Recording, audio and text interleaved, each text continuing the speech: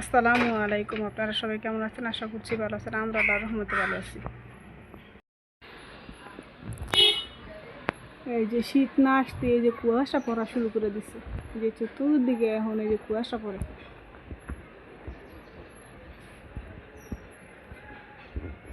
পুরা কুয়াশা পড়ে। এখন ভোর সকালে এই যে কুয়াশা পড়ে।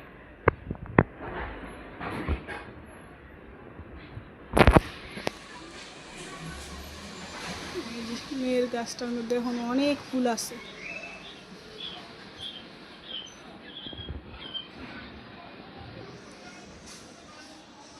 এখন 6টা বাজে, এখন অনেক সুন্দর কুয়াশা,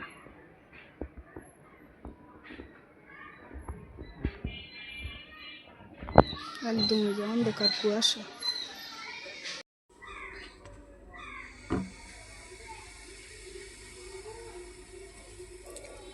এই যে আজকে একটা ছোট্ট পুডিং বানাবো। পুডিং বানানোর জন্য এখানে দুধটার মধ্যে একটা এলাচ দিয়ে ভালো করে জাল দিয়ে নিতেছি। এই যে জাল দেওয়া হয়ে গেছে, অবশ্য শুকায় নিতেছি, আর একটু শুকামো। আর এই যে এখানে ক্যারামেলের জন্য আমি চিনি নিয়ে নিছি। ছেলে বলতেছে মা একটা ছোট পুডিং বানায় দাও। এর জন্য 2টা ডিম দিয়ে আধা কেজি দুধ আছে, ওই আধা কেজি দুধ দিয়ে একটা পুডিং বানাই দেবো। এলাচটা আমি আর একটু রাইখা উঠায় ফালাই দেবো। এখন এই যে ক্যারামেলটা বানাই নেবো।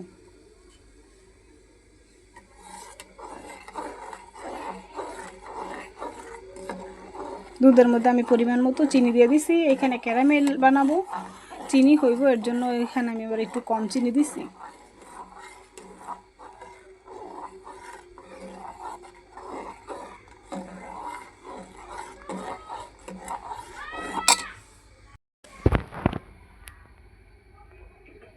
এই যে দুধ ভালো করে জাল দিয়ে নিছি, দুধটা এখন নামাইয়া ক্যারামেলটা আমি তৈরি করে নেব। এই যে ক্যারামেলটা বসাই দিই।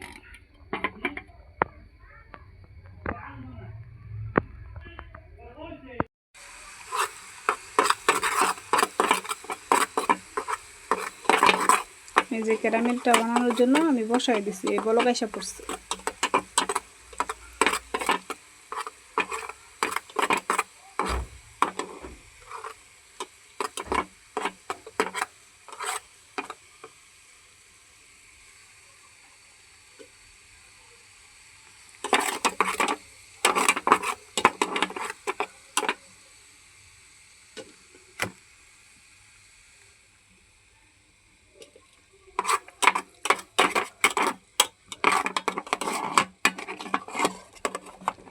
ছোট পাতিল, এর জন্য নিচের দিকে চলে যায়।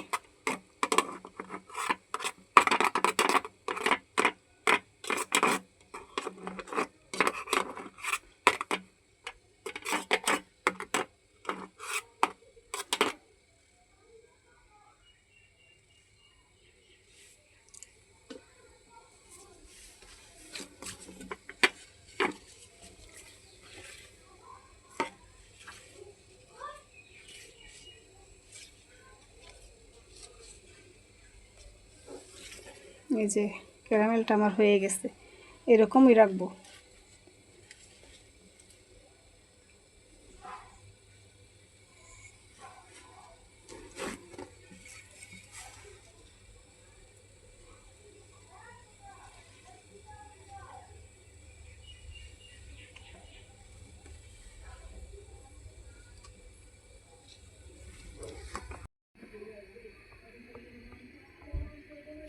যে দুধটা এত সুন্দর ঘন হয়েছে, দুধের মধ্যে ঘি বাইসে গেছে। এই যে আমি এইখানে পুডিংটা বসাই দিছি, নিচে পানি দিয়ে একটা স্ট্যান্ড দিছি পাতিলের মধ্যে।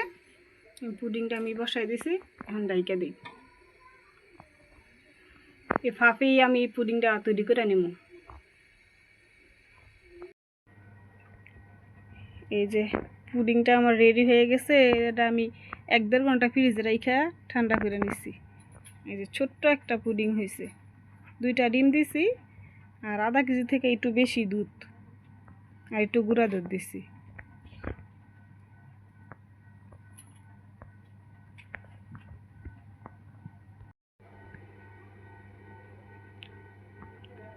এই যে ছেলে কাইটা তারপরে তার বোন রে দিতেছে, আর সে খাইব।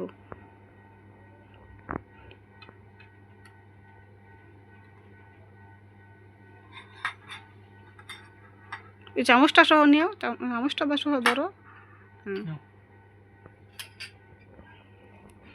তুমিও নেও, হ্যাঁ ভাই বোনে অর্ধেক খাও আর অর্ধেক আবার ফ্রিজে রেখে দাও, কালকে খাইও।